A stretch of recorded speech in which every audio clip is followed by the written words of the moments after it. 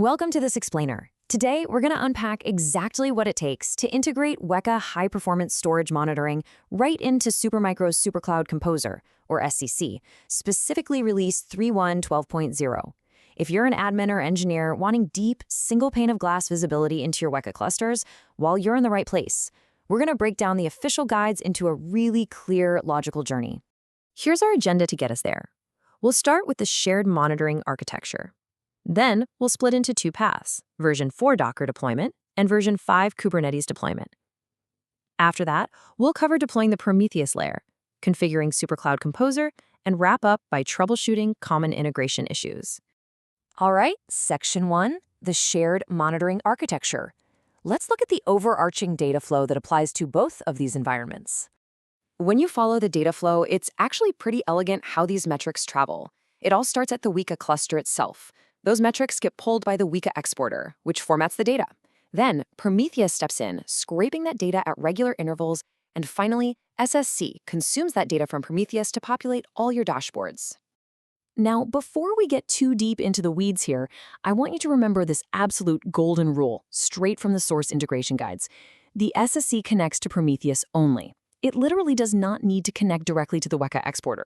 Seriously, remembering this strict chain of command will save you from the single most common configuration error right out of the gate.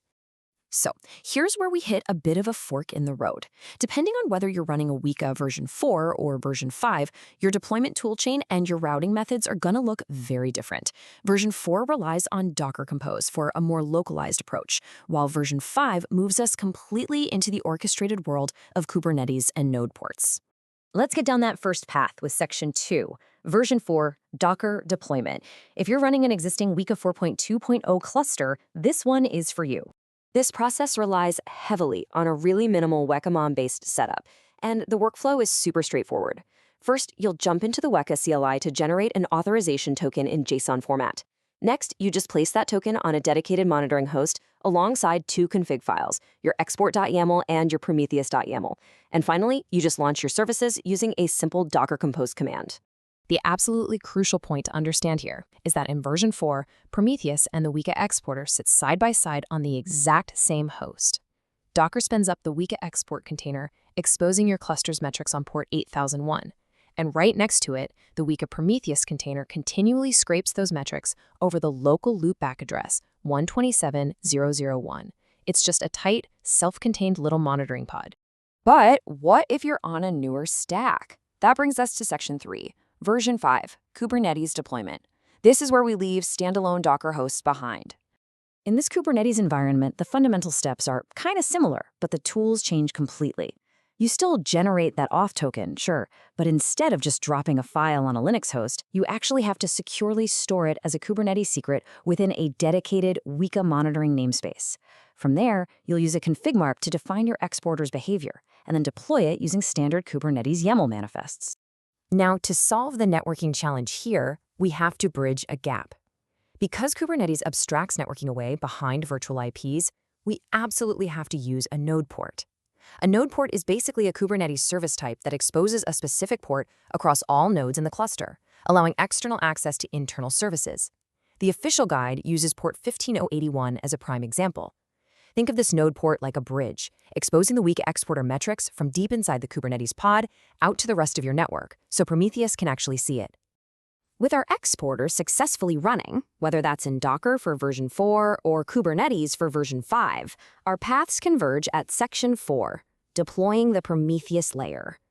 Okay, before you even think about deploying your Prometheus YAML or spinning up that Docker container, you have to verify the exporter is reachable. The documentation highly recommends using a simple curl command against the metrics input. Why? Well, if the exporter isn't answering, Prometheus will have absolutely nothing to scrape. Once you verified it, you can configure Prometheus to pull that data every 60 seconds. So, how do we actually know Prometheus is doing its job? Once it's up and running, you can log into the Prometheus UI and run a quick PromQL query. Just type up, open bracket, job equals quote, WEKA exporter quote, close bracket. If everything is configured correctly, it should return a value of 1. That confirms a completely healthy active scrape connection. We are finally at the finish line with Section 5, Configuring SuperCloud Composer. Let's bring all this rich performance data directly into your SCC interface. Inside the SCC Web UI, you'll want to navigate to the Admin menu, select External Service, and then click on Performance Metrics. Here, you'll enable Prometheus. All you have to do is input the specific IP address and port of your Prometheus server. Remember our golden rule from earlier? SCC talks to Prometheus, not WEKA directly. Once you're connected, this is what you get. A beautifully populated storage metrics dashboard. We're talking deep, immediate visibility into your WEKA cluster's health, I/O status, uptime, total size, and unprovisioned capacity. All that complex setup we just walked through, it all fuels this single, powerful pane of glass. Of course, tech doesn't always cooperate on the very first try, so let's wrap up with Section 6, Troubleshooting Common Integration Issues. When you're troubleshooting empty dashboards, your best bet is to isolate the issue layer by layer. If your exporter pod isn't running, go check your auth token or Kubernetes secret. If the Prometheus target shows as down, you need to verify your node port or Docker network routing. And if SCC isn't showing metrics, double-check that your PromQL returns up equals 1 first. Always troubleshoot from the bottom up. Fix the lower layer before you even look at the layer above it.